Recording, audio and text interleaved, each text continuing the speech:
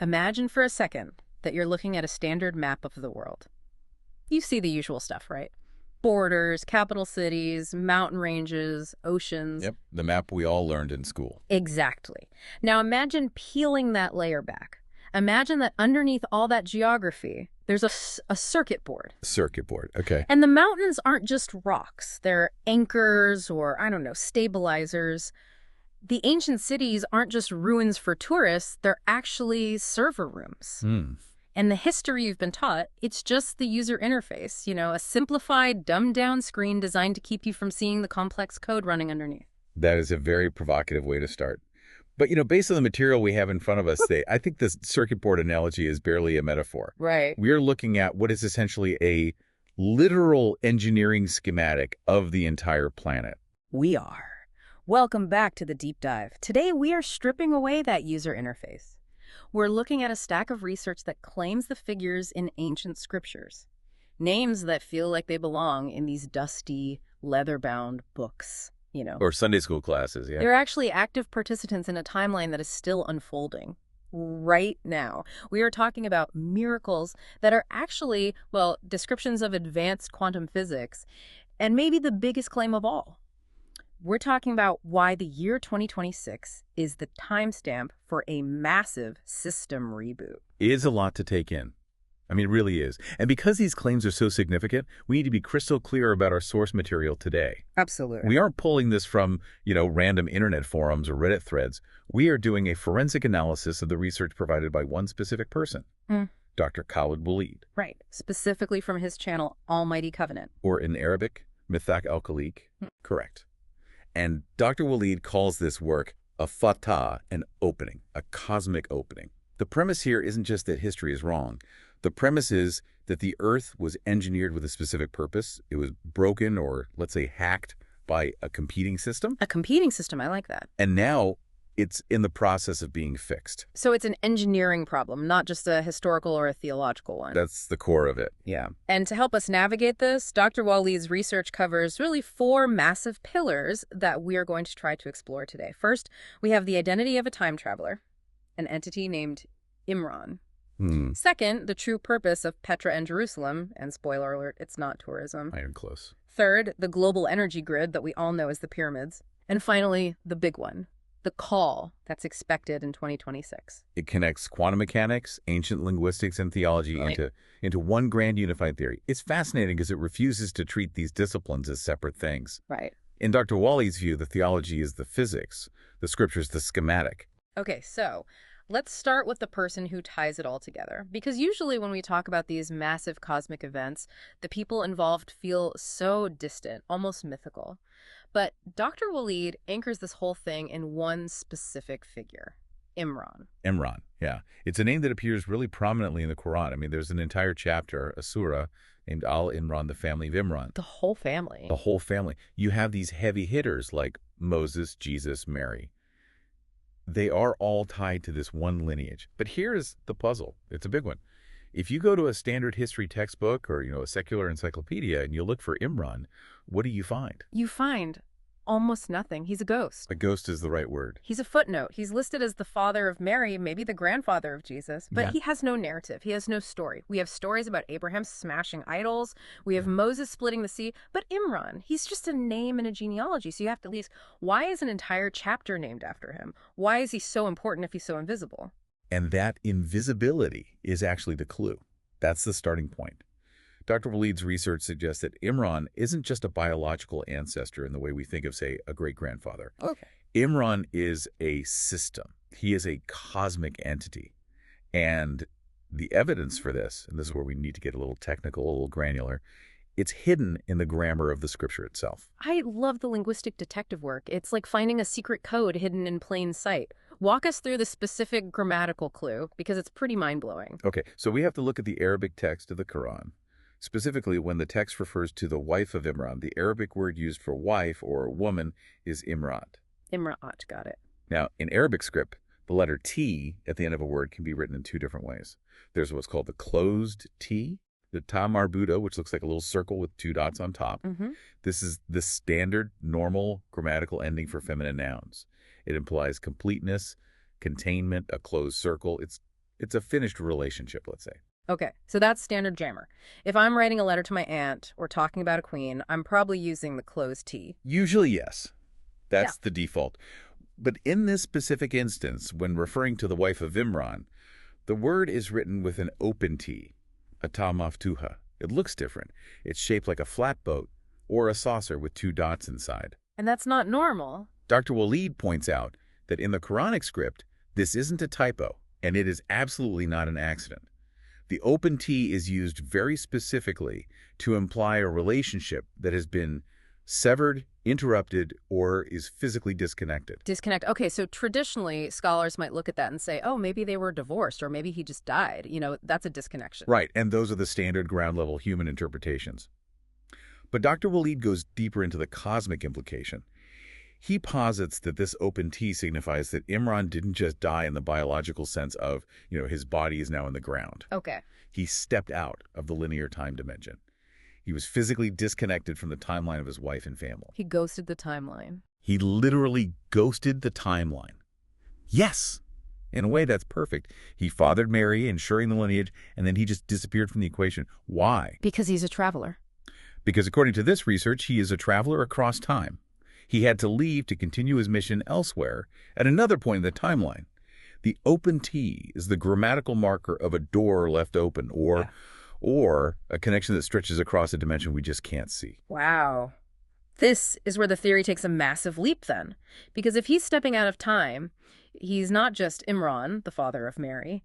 Dr. Waleed argues that this entity, this system, it pops up over and over and over again throughout history, just wearing different name tags. This is the grand unification theory of this character. This is the core of it. Dr. Waleed connects Imran to Idris, who is known as Enoch in the biblical tradition. Enoch, the guy who walked with God and was not, for God took him. That's one of the most mysterious, haunting lines in the entire Bible. It is. It's so abrupt. And in the Quran, regarding Idris, the scripture says he was raised to a high place. Now, for centuries, theologians have debated this. What does that mean? Does it mean he went to heaven?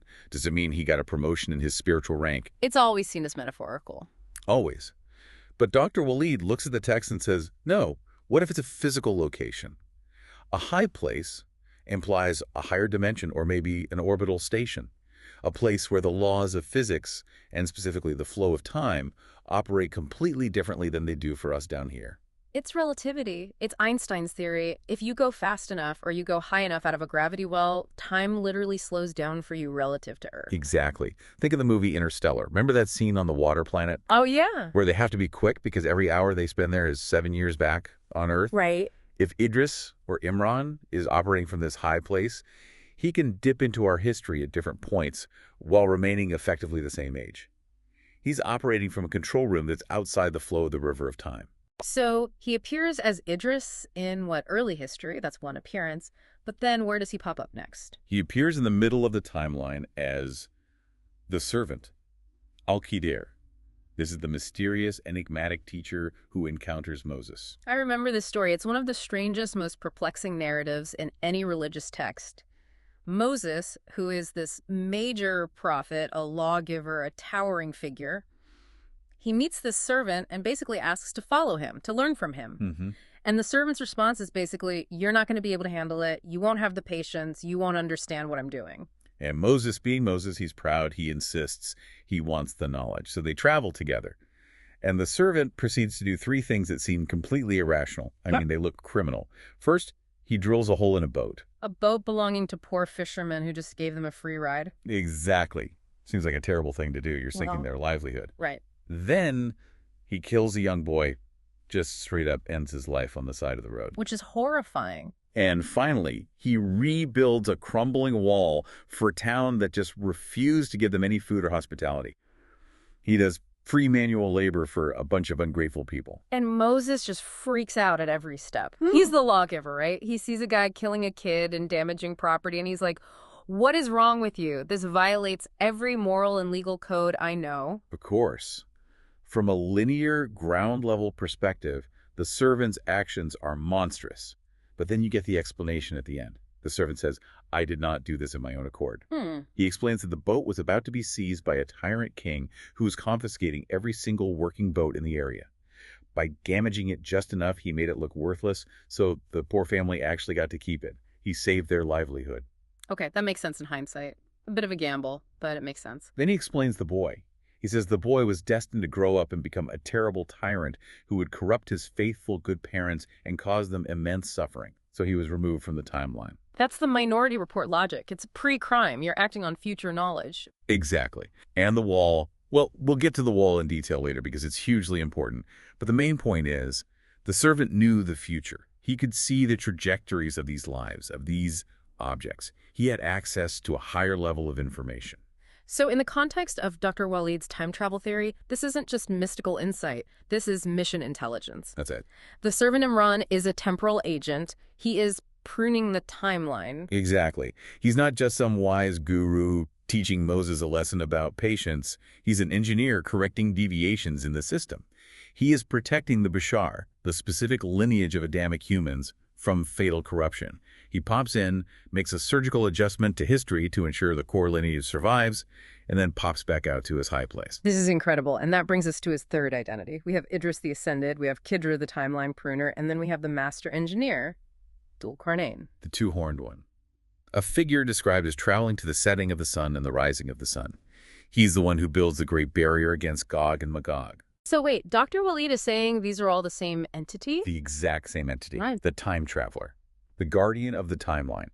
It is one person, one system, operating across thousands of years of our history because he is not bound by our linear perception of time. So, okay, if we accept this premise for a moment, that there is this entity moving through time, applying advanced knowledge, we have to ask, what kind of knowledge is this? Because the things these figures do, I mean, they look like magic.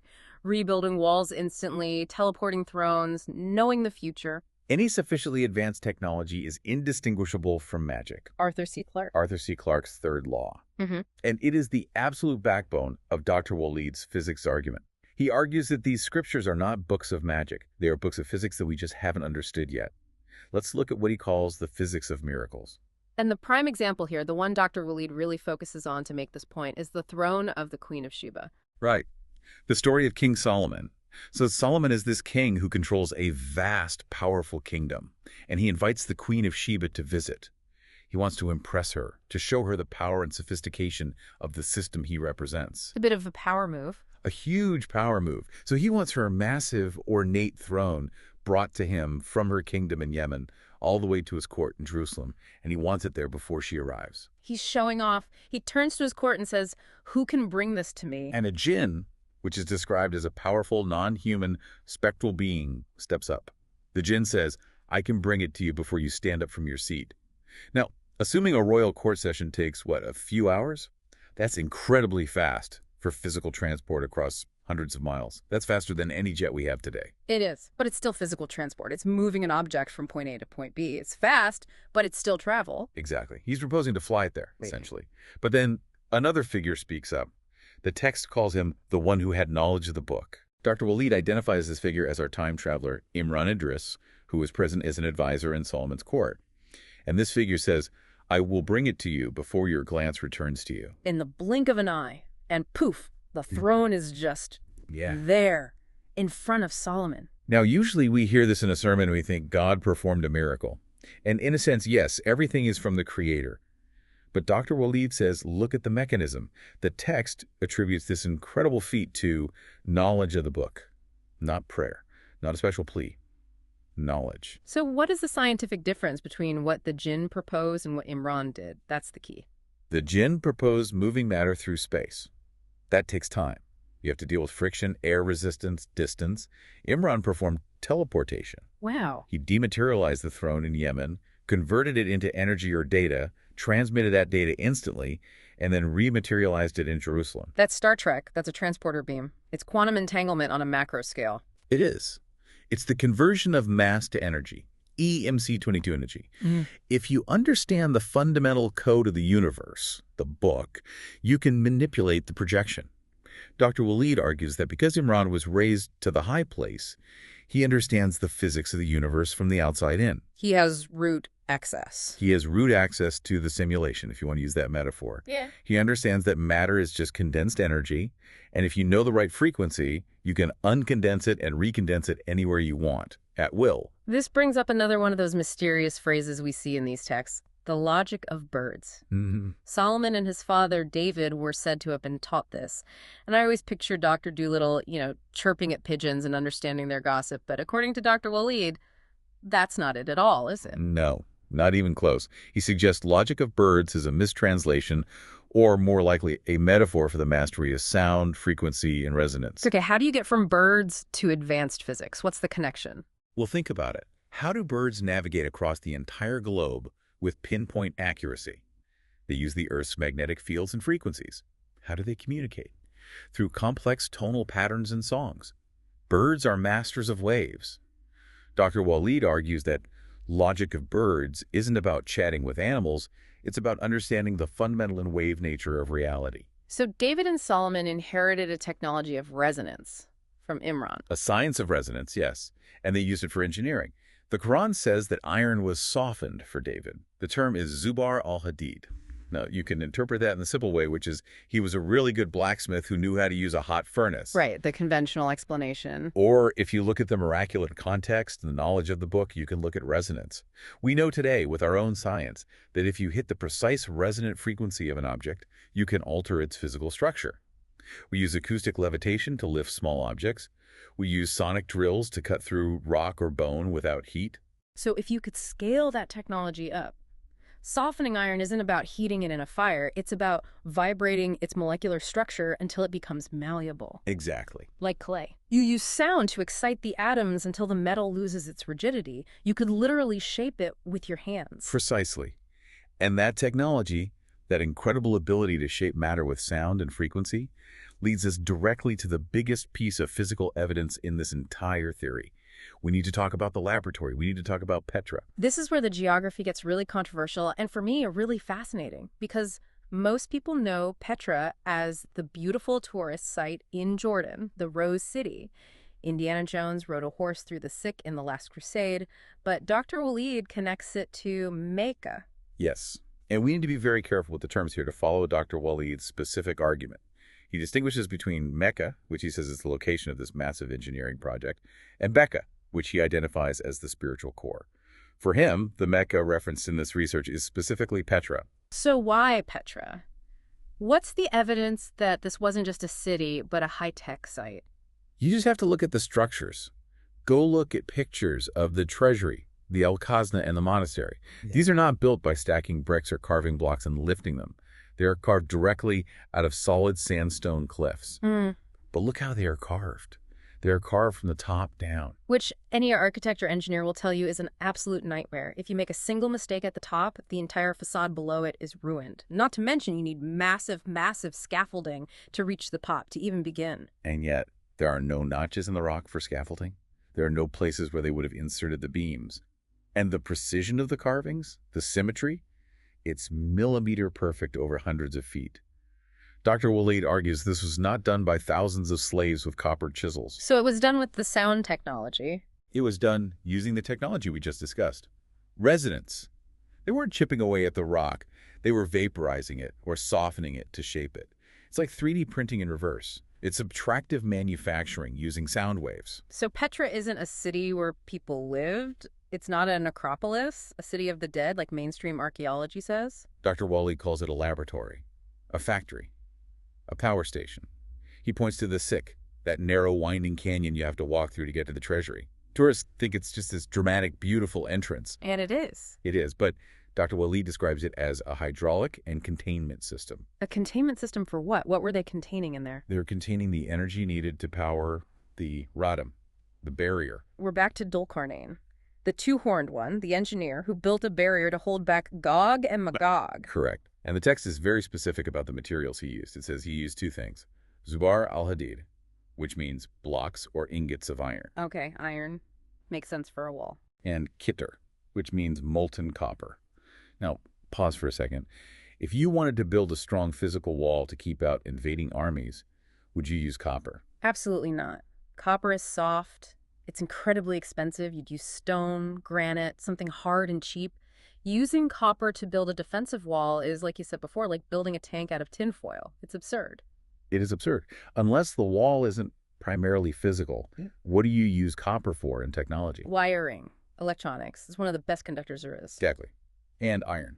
Magnetism, cores. You combine iron and copper, and you are not building a wall. You are building a circuit. You're building a massive electromagnet. Dr. Waleed posits that the radom built in Petra wasn't a physical wall to keep out little monsters with spears. It was a Faraday cage. It was a Faraday cage, an energy field designed to contain or repel a specific frequency, a shield. So Gog and Magog aren't just tribes of barbarians. In this view, they are a force, a destructive frequency. In this framework, yes. They represent a chaotic force, a civilization, a system that operates on a corrupt, destructive frequency. The barrier was an electromagnetic shield to protect the Earth's core systems, and Petra was the machine that generated and powered that shield.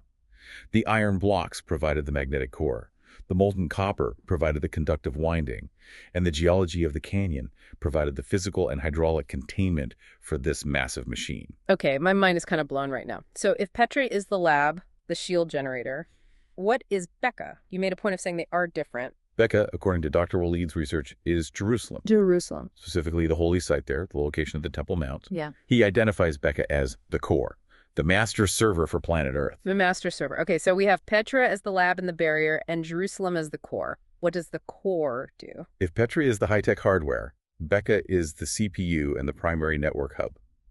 It is described in the Quran with a specific term, the mashar.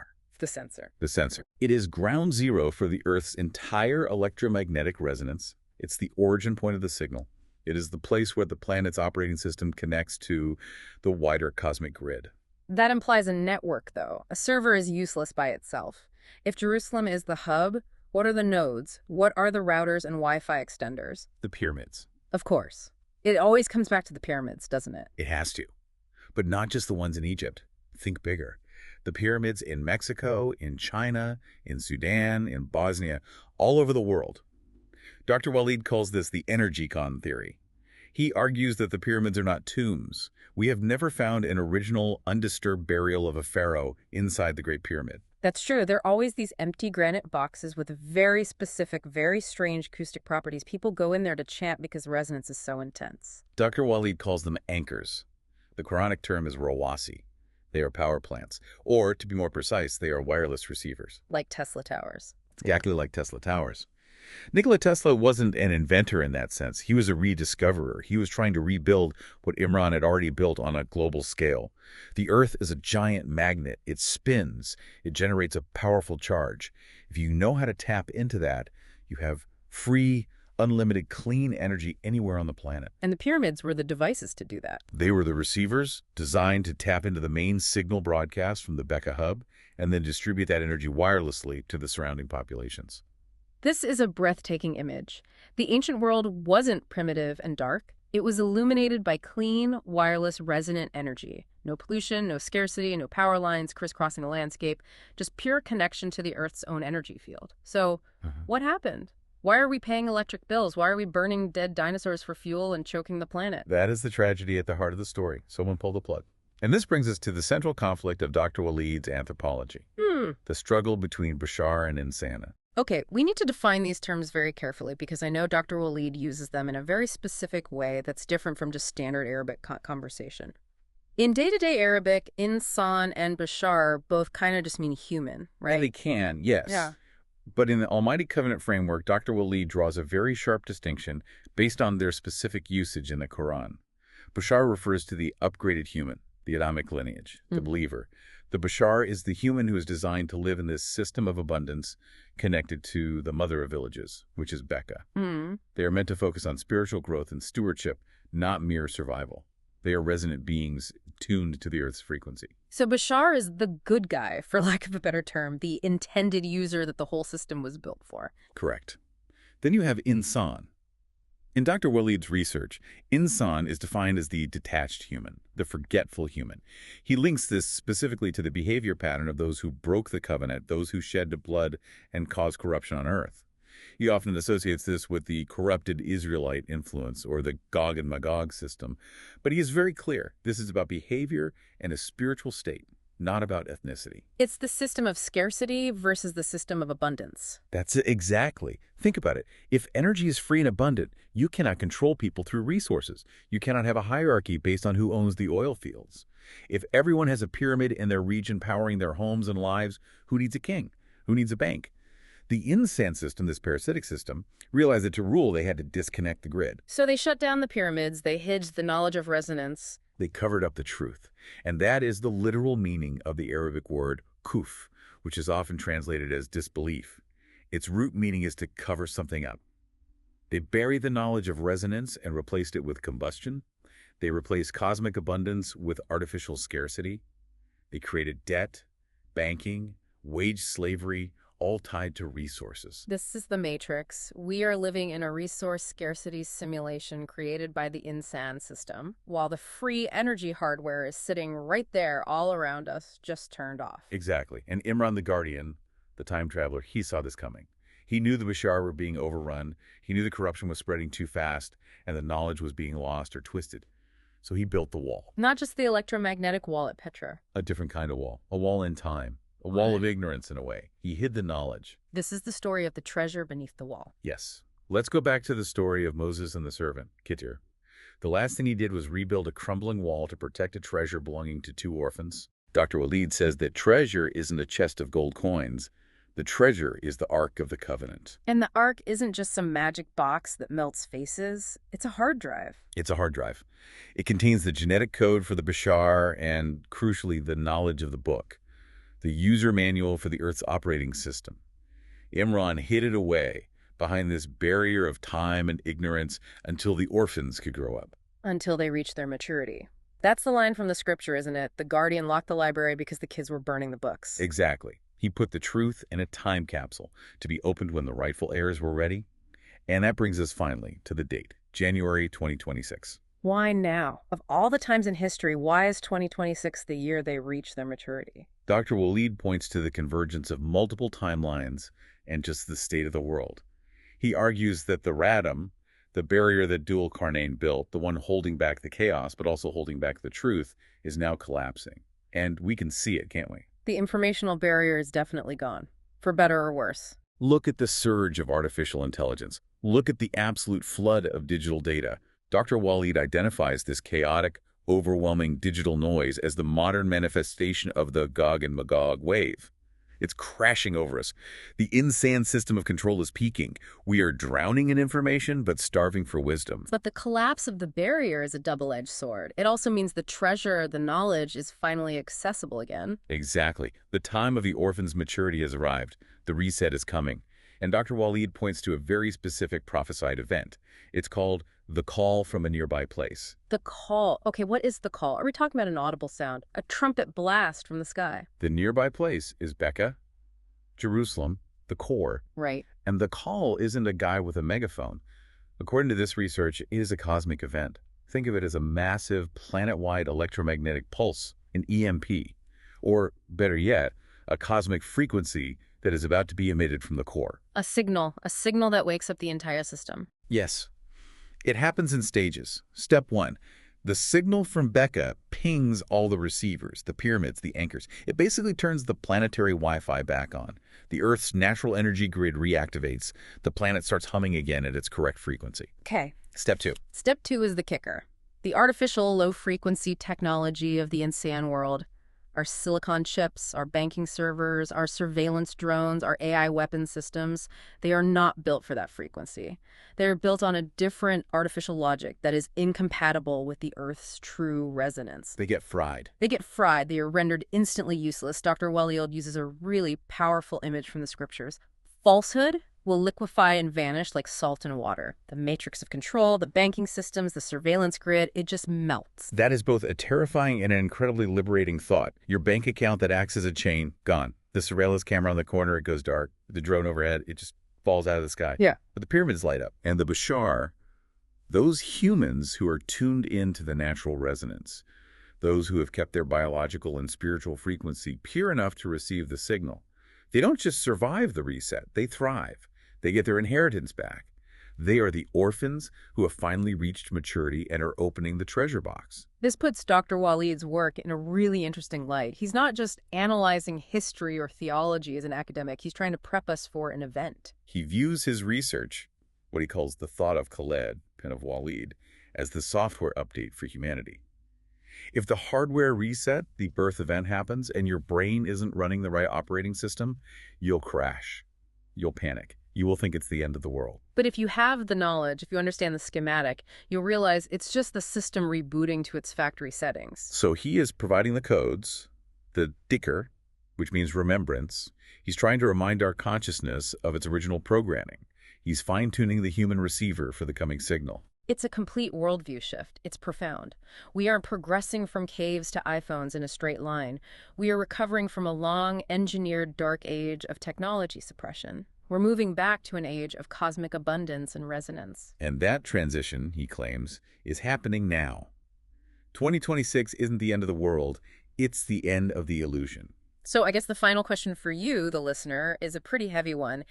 If the call is coming, if that resonant frequency is about to hit the planet, are you tuned in? That really is the question, isn't it? Is your internal frequency, your state of being, tuned to resonate with truth? Or are you still operating on the interference patterns, the static, of the old artificial world? Because when the main signal gets amplified, all the interference will be wiped out. If you want to prepare your own operating system, if you want to understand the logic of birds and the physics of miracles and the kind of detail they really deserve, you need to go to the source. We have barely scratched the surface of the open tea and the molten copper. It's incredibly dense work. It really is. You need to check out the research of Dr. Khaled Waleed on the Almighty Covenant channel. Mithaq al-Khaliq. It is all there for you to explore. Until next time, keep your frequency high. And keep your eyes on the horizon. We'll see you in the next deep dive.